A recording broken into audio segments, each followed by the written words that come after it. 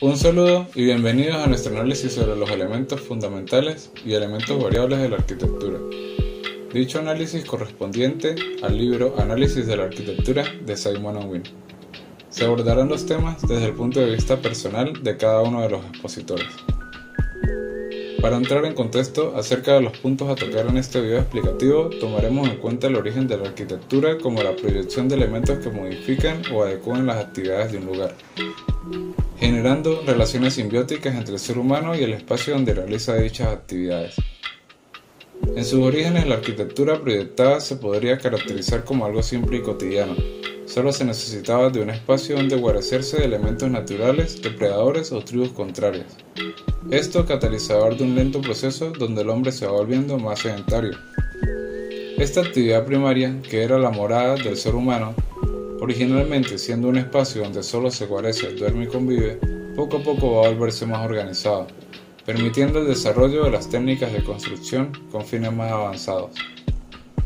Mientras actividades productivas y sociales cambiaban y se adaptaban a la evolución del ser humano, nos encontrábamos con situaciones que generarían demanda de ciertos espacios que al mismo tiempo permitirían al usuario desarrollar nuevas actividades, hasta alcanzar diferentes fines, siendo estos de carácter pragmático o simbólico, o dichos de otra forma, comunitarios o religiosos.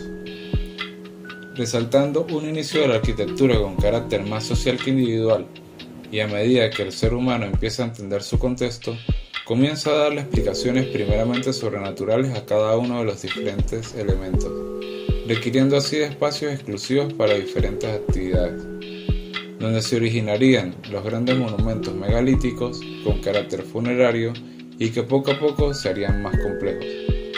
Dicho esto, proseguiremos con la explicación de cada uno de los elementos fundamentales y variables que componen el lenguaje arquitectónico. Hola, mi nombre es Mariana Carrasquel y en esta oportunidad les voy a hablar sobre los elementos fundamentales. El primer elemento que voy a mencionar es la cavidad o foso.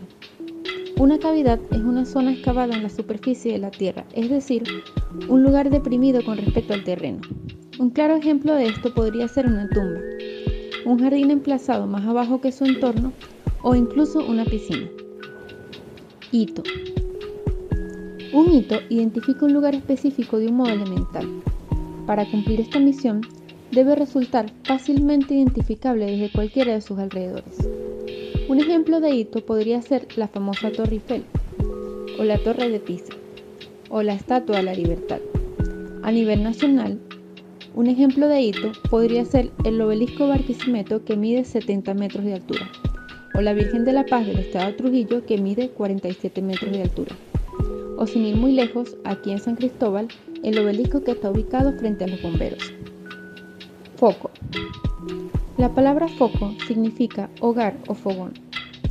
Cualquier elemento que concentre una fuerza determinada en él es un foco. Un ejemplo de esto podría ser una hoguera o un altar, así como veremos en las diapositivas las obras del gran arquitecto Tadeo Ando. Otro ejemplo de esto en la universidad podría ser la Plaza Bolívar, que es un punto de encuentro para los estudiantes. Barrera. Una barrera es un separador espacial. Esta podría ser una pared o un muro, como lo fue el antiguo muro de Berlín. Otro tipo de barreras son las vallas o barreras virtuales, así como la que mandó a construir el expresidente de los Estados Unidos en la costa. Un foso o un dique también funcionan como barrera. Un ejemplo de esto podría ser cuando vamos al zoológico y vemos que entre el espectador y el animal existe un foso separador con motivo de seguridad. Otro tipo de barreras son las barreras psicológicas, como una línea en el suelo. Este ejemplo lo vemos en el estacionamiento con las líneas separadoras que indican el espacio para estacionar el vehículo. Cubierta o marquesina. Esta aísla los elementos atmosféricos como la luz y la lluvia, definiendo un lugar de cobijo. Esta podría ser también un travesaño. Debido a la gravedad, una cubierta necesita un apoyo. Este apoyo se lo pueden proporcionar los muros o también las estacas o columnas. Entre otros elementos básicos que identifican lugares se incluyen el camino, lugar que sirve para transitar. Puede ser recto o irregular y nos sirve de guía. Este puede incluir escaleras o inclinaciones. Un ejemplo de esto podrían ser las caminerías de la UNED, como por ejemplo la caminería que va desde el mini hall hasta la biblioteca. Como verán en las diapositivas, también otro ejemplo son las caminerías de la UCB, Universidad Central de Venezuela, que me parecen particularmente bastante interesantes. Estas caminerías son construidas por el hombre, pero existen otro tipo de caminerías que surgen por su uso. Como podrán ver en la diapositiva, la foto del Jardín Botánico de la UNED, que tiene diferentes caminerías que han surgido por su uso. Aberturas. Entre los tipos de aberturas encontramos las puertas y ventanas. Las puertas nos sirven para pasar de un lugar al otro. Las ventanas tienen la función de permitir la entrada de aire y luz. También nos sirven para mirar al exterior.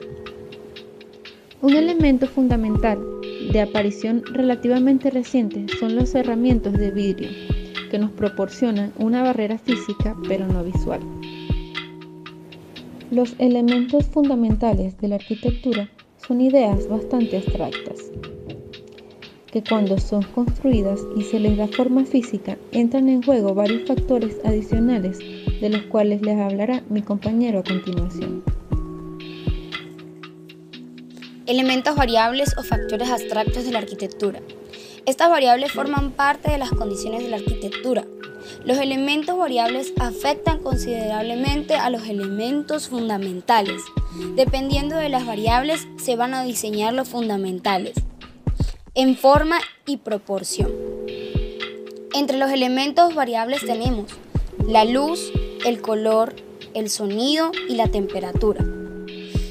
La luz es la variable más influyente y sin la luz no existe color, forma o textura. Es manipulable a través del diseño, es decir, se puede explotar o desperdiciar este factor. La luz está condicionada a la actividad del espacio, como por ejemplo el estudio de un artista, que necesita una luz constante. La luz contribuye a la identificación del lugar, es decir, dirige un foco de atención. El color. Sin la luz no existe, como ya mencioné anteriormente.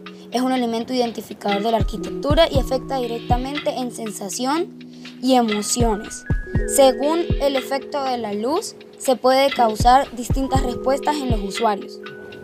El sonido es un elemento identificador del lugar y desencadena efectos producidos.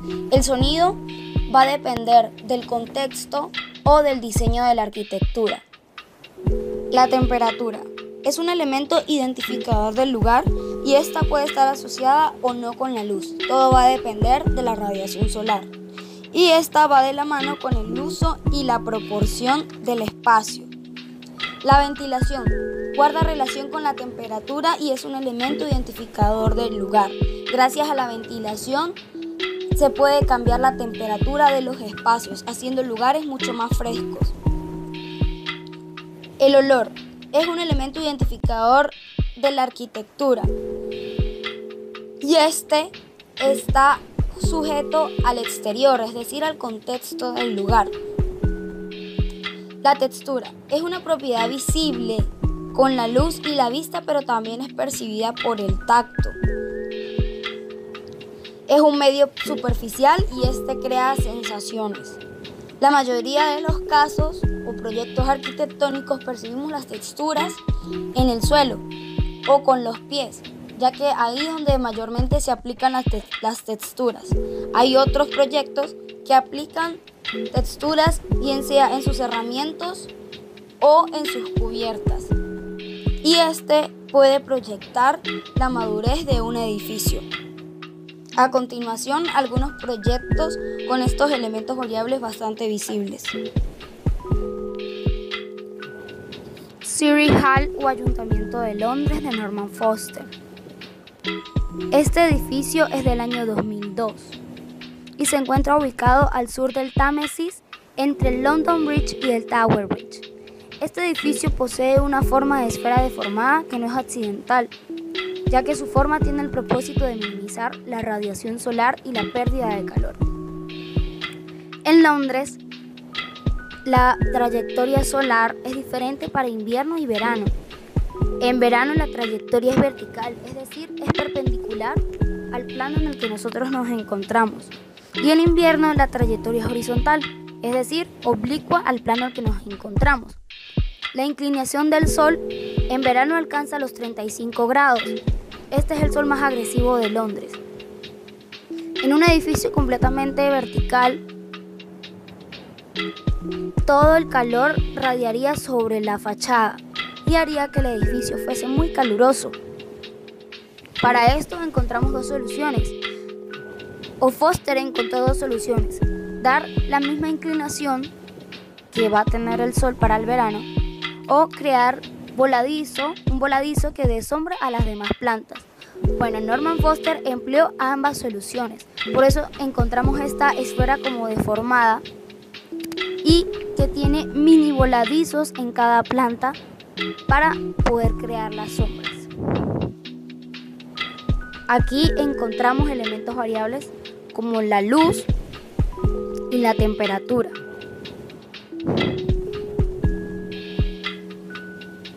Guardería Els Colors de RCR Architects.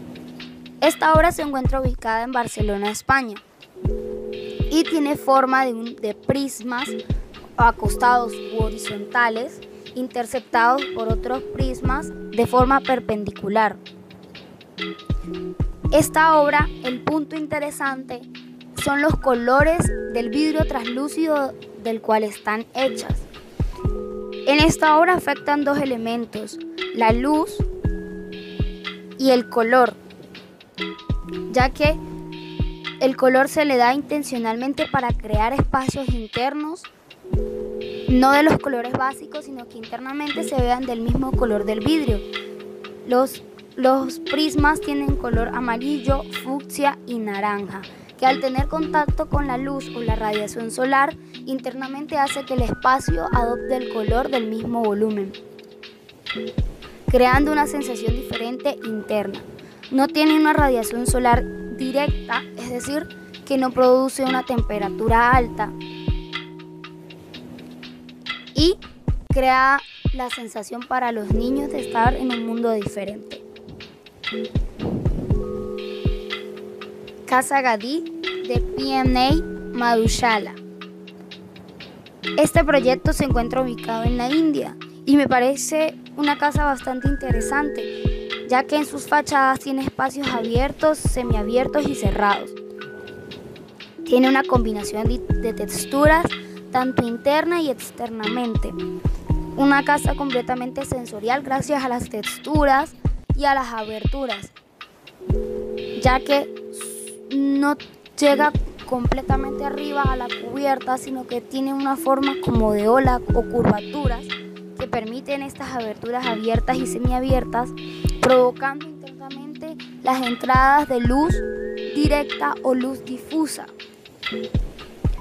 Particularmente creo que es una obra muy sensorial, porque no solamente tengo el elemento variable de la textura, sino también posee el elemento variable de la luz, de la temperatura, tiene aberturas que permiten el correr de la ventilación. Y el objetivo de este edificio es crear experiencias según su función.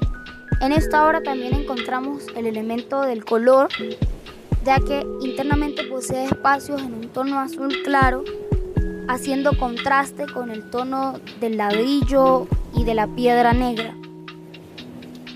Es una edificación completamente conservadora, ya que tiene el máximo aprovechamiento de luz y ventilación y conserva agua y energía.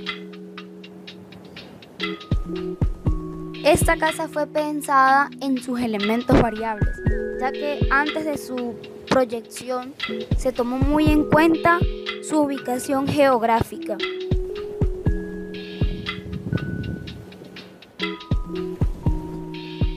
Y para culminar, la casa de la cascada de Frank Lloyd Wright. Evidentemente, esta casa tiene bastantes elementos variables que influyen sobre ella. El sonido, la textura, la iluminación, la ventilación, el olor, ya que se encuentra situada en medio de un pequeño bosque y sobre la roca de una cascada. La intención de Lloyd Wright era hacer sentir la fuerza del agua, no visualmente, pero sí audiblemente en toda la casa. Vemos texturas en su exterior, tiene una entrada de iluminación baja, tenemos la influencia de los olores de su espacio circundante y por estar en medio de un pequeño bosque tenemos una ventilación bastante fresca. Gracias.